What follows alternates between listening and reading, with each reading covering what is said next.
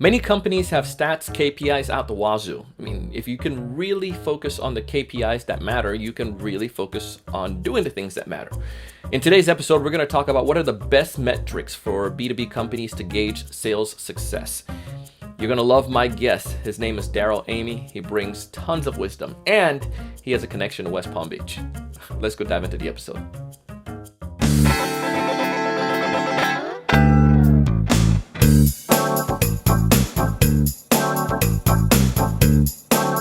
Hey, everyone. Welcome to another great episode of the Sales Evangelist podcast here on YouTube, on TSE TV. I am your host, Donald Kelly, the Sales Evangelist. And I'm so excited for another great episode. I'm so excited to be here with you today and with my good friend, Mr. Darrell Amy. I also want to put out and show you his book. This is amazing. Darrell, when I talked about West Palm Beach, he actually has some clients here, and we discussed that and chat about it. And he's just a great guy. I mean, awesome individual to chat to, and you'll chat with, and you'll hear some of the conversation and how we just go into this. And besides just having a good conversation, this dude knows his stuff, and this is his book. It's amazing. I want you to check it out. It's called Revenue Growth Engine. You can find the information. You can find a link down below as well. But Darrell is a revenue growth strategist, and he takes the marketing and the sales team and put them together and make them work so effectively. The concept that he shares in this episode about the metrics, mind-blowing. Just like simple stuff, but we overlook. This is why we need folks like Darrell. So anyways, as we dive into this episode today, listen for some of these things, see how you can take these metrics, apply them to your sales efforts, and start to see success. Welcome to the show, Darrell. Oh, man, it's great to be here. Donald, thanks for having me in.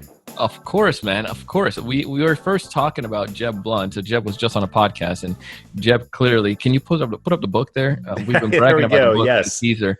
Huge We're going to talk a little bit more about it. Yes. There we go. Let's put it right there. Excellent. Jeb endorsed this, so you guys better check it out as well. And we have a link back in the show notes. If you're watching this on TSE TV, just scroll down and you see the link down below, and you can check it out there. But and we also have another connection with Larry, Selling from the Heart. Larry was on a show a while back as well. Yeah, Larry, I've known Larry for 15 years, and we started the Selling from the Heart podcast together. It's been about 3 years ago. So much fun. So much fun. It's amazing stuff, man. And so we know you're going to bring us value today, obviously, with this. And I've just like set you up on a pedestal to, out of this world. And everybody, this man loves Jamaican food too, and love yard food. Yes, I do. Yard and I'm on.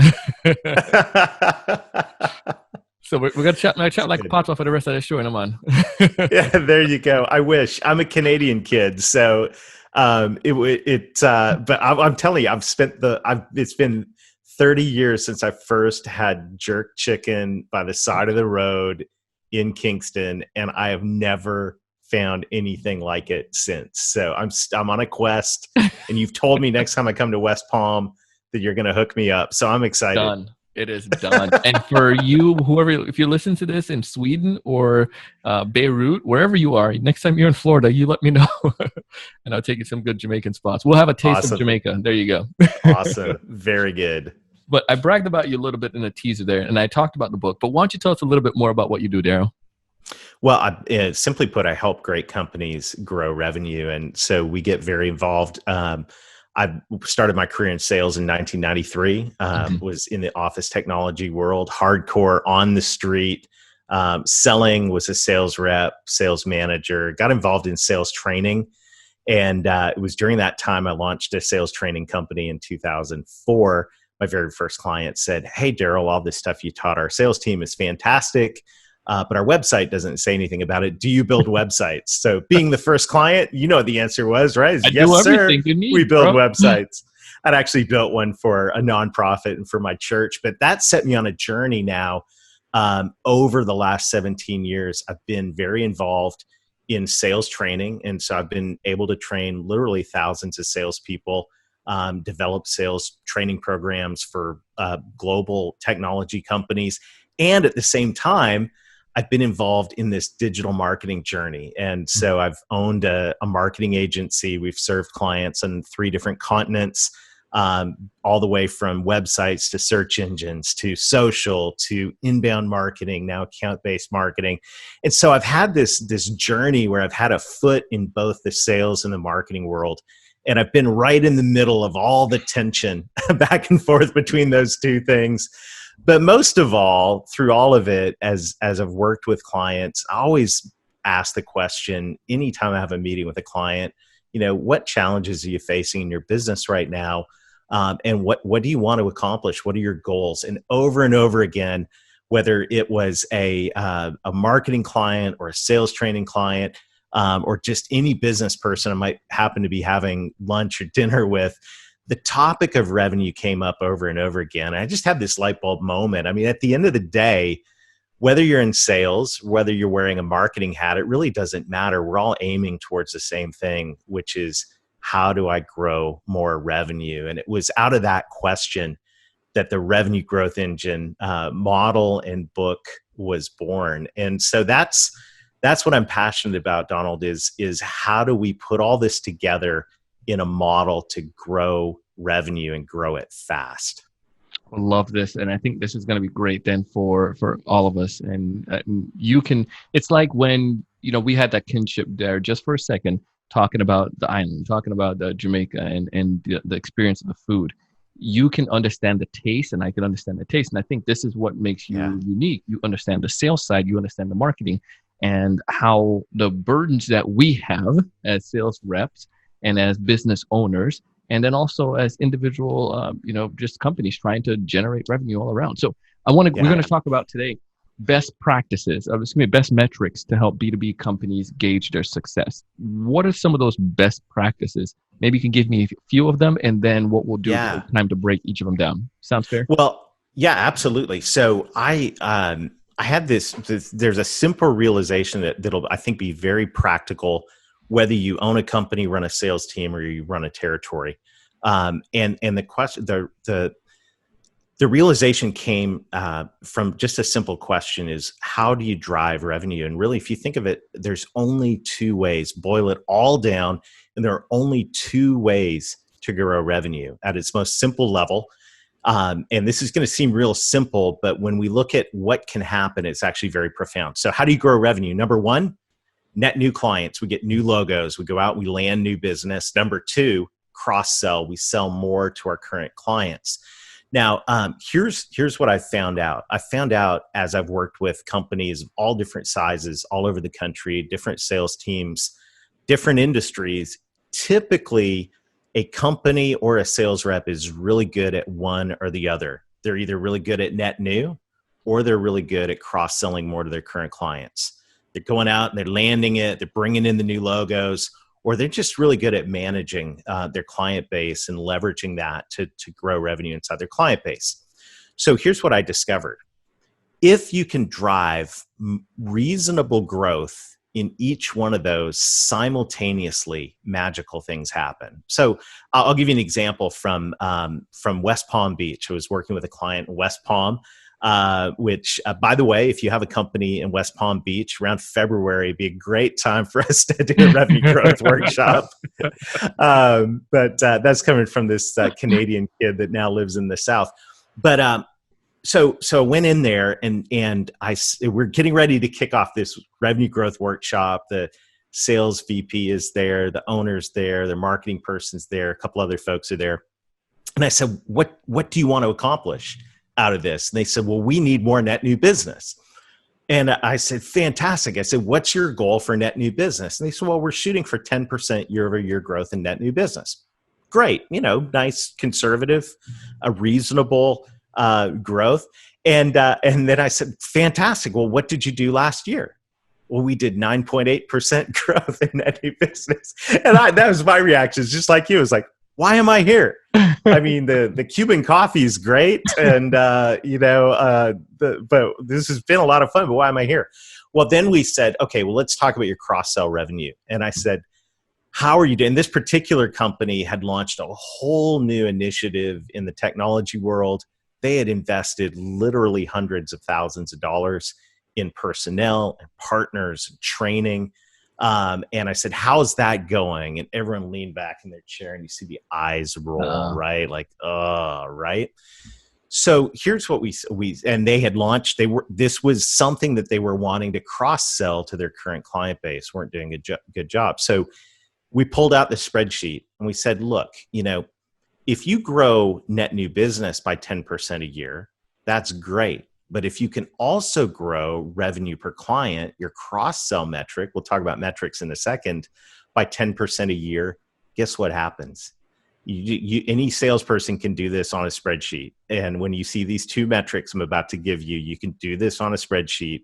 If you'll grow 10 to 15% in each one of those, so just a conservative growth rate, and do it simultaneously, you will double your revenue in 2.5 to 3.5 years. And it's not even organically. It's not magic. It's not magic. But the problem, the challenge is, once again, as salespeople, we're usually in a sales organization or a company, we're usually really good at one or the other. And if we can get the processes in place to do both. So what are the metrics? Mm-hmm. There's one metric you need to know, and then it all comes into focus. And the metric is this: how many clients do I have? And this sounds so simple, but what is net new growth, right? Net new growth, the measurement of net new is how many clients do you have this month versus last month? And did it grow? The measurement for cross-sell is simple as well. It's revenue per client.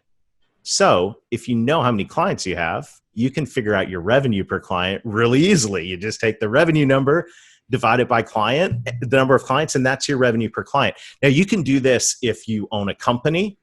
You can do this if you run a sales team, or you can do this if you are a sales rep in a territory. You can do this if you're a solopreneur. You can do this if you're a Fortune 500 company.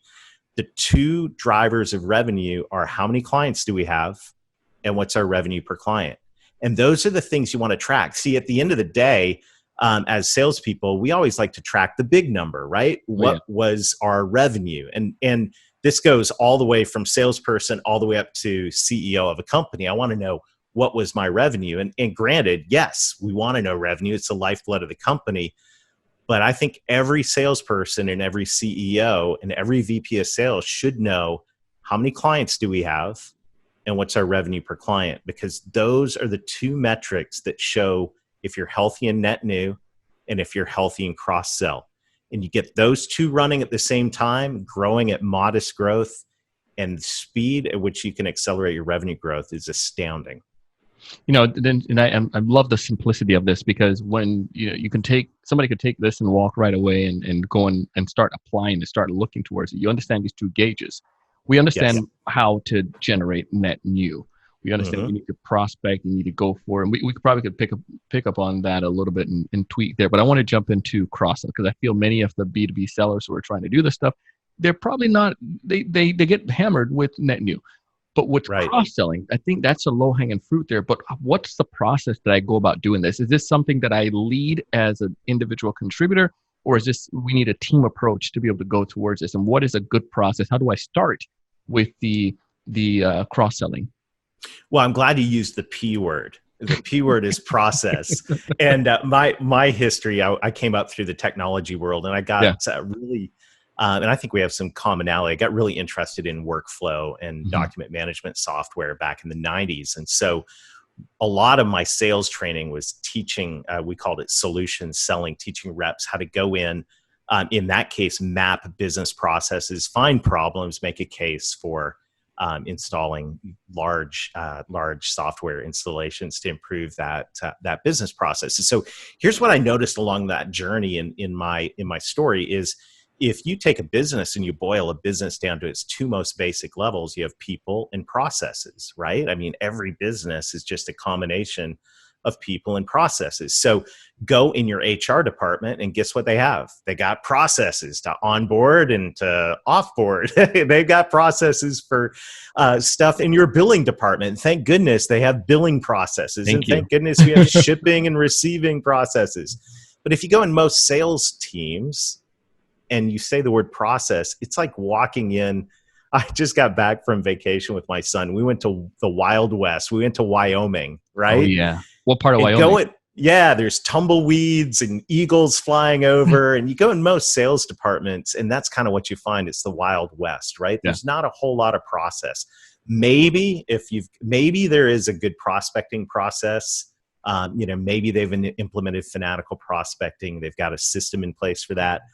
But where we really need processes in most sales teams is when it comes to client management. What happens after the sale? Now, you may say, well, as a salesperson, I'm not, I'm just responsible for net new. Well, if you really want to grow revenue, maybe you should expand your mind a little bit and think about, how can I sell more into my client base, and what processes could I put in place? So on the sales side, on the net new side, we have prospecting processes, we have target account processes, all of the things we're very familiar with.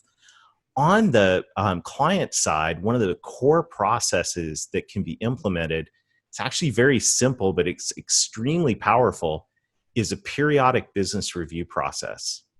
To say, okay, you know what, as a salesperson, or for my team or my company, for our ideal clients, and I'll talk about that in just a moment, but for our ideal clients, the ones that are a good fit for multiple products, services, and solutions that we sell, we are going to implement a periodic business review process. And it's going to be a process very simple, just like you've got things that you do to prospect to your territory. We're going to say, for these ideal clients, we're going to set a goal that we're going to meet with them on a given cadence. Might be once a quarter, might be once a year, whatever that process is. And we're going to develop a strategy to go in and review their business, learn about what's going on, add value, and set the stage to add more value, which means to sell additional products, services, and solutions. And so that's one example of a very simple process that can be implemented to manage our client base. And in sales teams that put as much focus on that process as they might on, say, a prospecting process, now bring some balance to the force, where we're saying, okay, for our ideal clients, maybe not for everybody, but for our ideal clients, we're going to set it up so that I meet with them as a sales professional once a quarter, and I stay close, and we determine their business. And guess what? Those people are also great sources of referrals. You're going to get net new in the process of doing the periodic business review process. But and that's, it's the mindset of saying, what can we do as salespeople to have processes in place for net new and for cross-sell? And the periodic business review is just one example of something you can put in place, probably the most powerful, low-hanging fruit example of what you can put in place on the sales side to really begin accelerating that measurement. Remember, revenue per client. What's the total, wallet share we're getting of those clients? And one of the things I find very fascinating with this is how it's taking, like you said, the Wild West, and I love the analogy. I went to school out in Idaho, so it's like that's right. Yes, man, you get those. You go up to Jackson Hole, Wyoming. It was beautiful, but that's where I was. Wyoming, Jackson Hole, right? It's the Wild West. There's nothing there, right? It's like cowboys. You got the folks walking around. You got antlers, beautiful parts, but it's definitely not like going into the city of New York, in New York City. And if you think about it, with the sales reps, I think what the big thing is that we have for so long have gone by on the sheer talents and capabilities of the individual contributor, that we now take that as doctrine or as the norm, when in actuality we can accentuate or perform at such a higher caliber if we were able to adopt certain principles that, say, like the engineers might adopt, or even that doctors might adopt, where they're always having continual education and that certification of, am I doing right? Am I doing am I doing well in this to the best of my capabilities? Can I improve? Or the quality assurances here,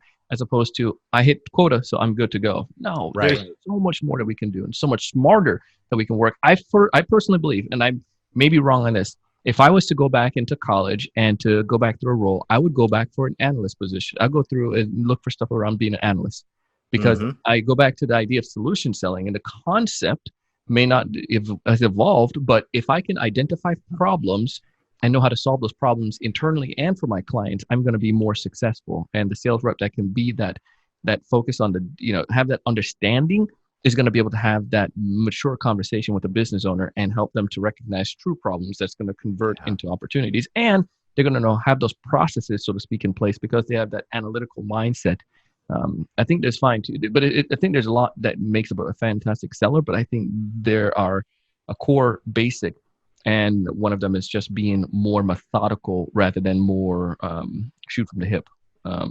Yeah. And I think if you go into when I go to an organization, I've seen a lot of different organizations across multiple industries now, and if they don't have good cross-sell metrics, to me that is just a flashing red light that they don't have processes in place. Because most companies, you can hire some gunslinger sales reps and we'll go out and we'll land some net new business.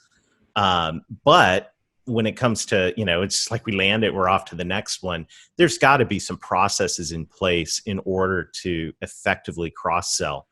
And, right now, I mean, if you look at companies right now, especially the ones that need to accelerate out of, if your revenue's gone backwards in this season, and you want some low-hanging fruit to be able to recover lost revenue, yes, go get net new. Don't stop doing that. But really, I think there's so much opportunity inside your client base, especially your ideal clients, the ones that are a really good fit for what you do. So we're talking about metrics today. I want to, if I may, add 2 more metrics, please, to the conversation. With these metrics, I'm excited for these. Okay, so this is good. It was so we talked about the 2 metrics for growth. How many clients do you have, and what's your revenue per client? Mm-hmm. Now I want to talk about our metrics for sales effectiveness, if you will. So on the net new side, we're talking here about ideal clients. I keep bringing this up, so let me explain it. Ideal client is the type of client that's a perfect fit for your business, that can buy everything that you offer, and is the type of client that represents the future of your business. I believe that not all clients are created equal. In the 1800s, there was a guy in Italy. His name was Vilfredo Pareto. He created something we're very familiar with today called the Pareto principle, which is the 80-20 rule. And I guarantee you, I've seen this play out over and over again. Go into most companies, 80% of their revenue is coming from 20% of their clients. If you're a sales rep, go back through your sales of the last year or two, and you'll find out that 80% of your revenue, and if not 80% of your revenue, 80% of your revenue potential is coming through 20% of your clients. So who are those 20% clients? What do they look like? Then you can identify your ideal prospect, right? So now let's go back to South Florida. In the case of the story I was telling earlier, 90,000 businesses in the South Florida marketplace that were candidates for something that this client sold. I mean, they could sell something to 90,000 businesses. They happen to have 8 salespeople. So do the math on that for sales coverage. And as a result, they were just winging it. They were just taking, but the reality was, if you peeled it all back and boiled it all down and said, okay, who are our ideal clients? There were about 2,000 businesses in the South Florida market that met that fit perfect. They could buy everything, including that big new technology thing they'd invested in. So the rule became, we're going to measure coverage. And the goal was 100% coverage of our ideal clients. And in this case, this particular company said, we want our sales team to interact with these 2,000 ideal prospects at least once a quarter and at 3 different contact levels. So they had an executive and a financial and a technical decision maker in each one of those ideal prospects. Sure. So now the goal is 100% coverage, that we have an engagement at least once a quarter, some type of communication from sales to these ideal prospects. Do we hit 100%? No, but now I got something to measure against, right? Now let's flip that. So that's a metric, right? Identify your ideal prospects and then 100% coverage on net new. What about once they become clients? Well, that same company set a standard of saying, we want 100% management of our ideal clients. So we have decided who our ideal clients are. And the thing, the rule around here is 100% management. In their case, they decided for a quarterly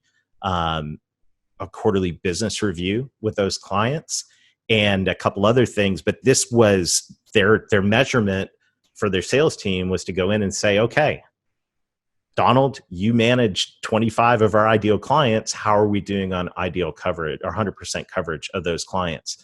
And that, so it brings the focus in to say, okay, yeah, we got 90,000 businesses, and granted, we'll take an order from any of them. But when it comes to our focused prospecting, the rule around here is we call on these ideal clients. That's what we do. You can call on anyone you want, but you better call on these ideal clients. And same thing here when it comes to managing clients. We hope we treat everybody great, but we're going to guarantee 100% of our ideal clients are going to be managed. So these are the metrics that a lot of organizations were coaching them how to put in place so that they're set up with their market being covered and their ideal clients being managed. And the beautiful thing about ideal clients, when we go in, and this is a fun exercise, look at your ideal client, figure out what that profile is, and then add up and get a notepad out and say, if this ideal client bought everything that we sold over the next 10 years, what would they be worth? Ooh. And this is a fun exercise. And when you're done with that, and that's going to be a big number, then go, okay, well, what about just my average client, my up and down the street, my bread and butter client that I'm just can't let go of? What if they bought everything I sold over 10 years? And I'm telling you, without fail, over and over again, I've seen that number, the ideal client's worth 10 times, 20 times, 30 times what an average client is worth. And in sales, and when I say ideal client, by the way, and sometimes salespeople go, well, I can't land Exxon Mobil or, no, not talking about Fortune 50 companies. I'm talking about like the best fit companies. They're going to drive the future of your revenue growth, whether you own a company, run a sales team, or lead a territory. And these ideal clients, we need to make sure we have coverage of them. And once they become clients, we need to make sure we manage them. Oh, so true. I mean, I could not agree with you more on that ideal customer. And it's more of like, and I remember when I worked for a company here in South Florida, it was like a startup that never got up, and they were going after everyone underneath the sun. And it was like a cat getting thrown in the water. So they're like grappling for any and everything. And clearly it showed, and the company eventually went down because they didn't know who they were focusing on. They didn't know who could best benefit. And because of that, trying to serve everyone, it was utter disaster. So I'm a big believer in focusing and understanding that the one that's going to give you the most money, and also the cost from that. The time it takes for me to generate money from one type of client versus my ideal. What is that delta? And the ideal clients, you'll see that it's way cheaper to sell to them than it is to try to find companies that are not fit. And you're going to get less from them in the long run when it comes to margin. Everybody wins. Everyone wins. And it's really obvious with startups. Yeah. It's not as obvious with a successful company. And so I was working with a successful company in the Northeast this past week, and they've got in their industry, they're one of the biggest in terms of revenue. But in terms of growth, it's less than 10%. It's single digit growth. Why? Because they're not focused on their ideal clients and managing them. The good news is, though, when they do shift their focus, they're going to be able to really accelerate their growth, which is exciting. Love it, man. Yeah. If there's one major tip, one major piece of advice you'd like somebody from everything we talked about today to walk away with, what's that major piece of advice, Darrell? Oh my, I would say, snuggle up to your ideal clients, write it down, document it. Like, what are the characteristics of these people? And then go out and hang out with them and find out what they really want. And that's going to be the ingredients. We talked earlier about jerk chicken and how you can only get those ingredients. Sorry, I got you. I'm distracted too.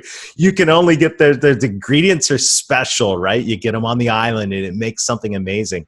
When you know who your current clients are, you can go talk to them and figure out what they really, really want. And then you can serve something up incredible that's going to differentiate you. But man, what a great conversation, Donald. Thanks so much for having me in today. Of course, man. If folks out there want to get in touch with you and check out the book, how do they go about doing so, man? Yeah, we've got all kinds of tools for sales and marketing. And if you text the word revenue to 21,000, you can get access to our toolkit. You'll also be on the website there as well, where you can get in touch with me, learn more about the Revenue Growth Engine book. And I'd welcome the opportunity to connect with you on social as well. But text revenue to 21,000 and we'll hook you up with some free goodies to get you started, including a spreadsheet where you can plan out your net new and your cross-sell revenue and really see the potential there. It's really exciting. Free gifts, guys. Do it. Go ahead and sign up. Darrell, thank you so much for taking the time to come on the show, man. We appreciate you. My pleasure. Thanks for all you're doing, Donald. Boom. All right, Darrell, one more thing I'm going to ask you for the next 2 to 3 minutes. There probably another metric or two that you didn't talk about. I want to offer that as a bonus. Okay. Yeah. So are there one other or two other metrics that you would share? Yeah, absolutely. Okay. Just for not too long, just maybe 3 minutes or so. Just roll. Yeah, go for it.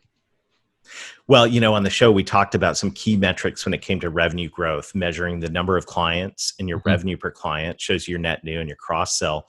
We also talked about coverage, 100% coverage of your ideal clients on the sales side and 100% management on the one-star client. But there's another number or set of numbers, if you will, that I want to share that are really powerful. And I got this from my first sales job back in 1993. My first sales job, the company I worked for, I'll just give the name. It's on my LinkedIn profile, is Lanier Worldwide. It was a hardcore office technology company. And they used to have a number they tracked us towards called 100% sold. And so the goal was that all of our clients buy everything. And so the metric that you can measure is, I call it your 100% sold metric. So let's say you have 4 different product or services categories. Most companies, they have one that everybody has. It's kind of their core product. And so, you have 100% of your clients probably have that product or service.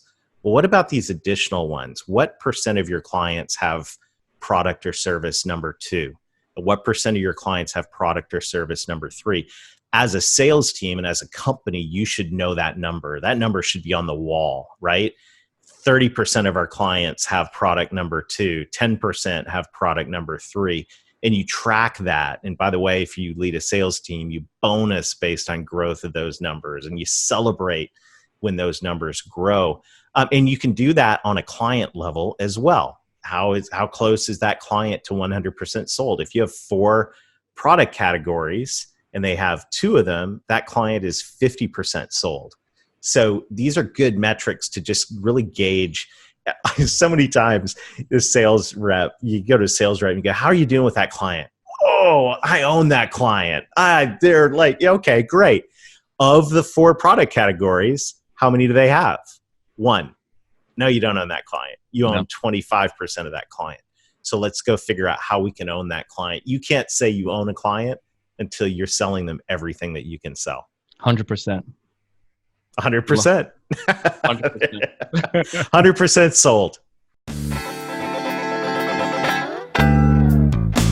That was my friend Darrell Amy, and here again is his book. I also have links to his podcast. You can check them out. He has a podcast that he hosts and also another show that he co-hosts, and we have links to both of those shows in our show note. I want you to go check them out. When I find great podcasts, it's usually from listening to other podcasts, because those individuals are going on other shows and sharing insights. And if you enjoy the stuff that he's sharing today, I highly recommend that you subscribe to his show and also check out his book. Again, Revenue Growth Engine. You can find the link below and all the details. As always, I bring folks on a show like this. I share these wisdoms and these insights because I really want to help you. I've been in the same shoe you're at, whether you're a sales rep or an entrepreneur. I want you to find more of those ideal customers. I want you to know what to say when you actually reach out to them. I want you to be able to build value and to close more deals. But most importantly, I want to challenge you each and every single day to go out and do big things. Thanks so much for watching. Hey, thanks so much for taking the time to watch this video today. If you enjoyed the content, I ask you to go ahead and hit that like button, that thumbs up in the bottom right-hand corner. Also, to make sure to subscribe if you haven't done so already. This way, we'll keep you up to date with all the latest sales strategies, latest tools, and things that are going to help you to not only find more prospects, but to close more deals. Thanks so much.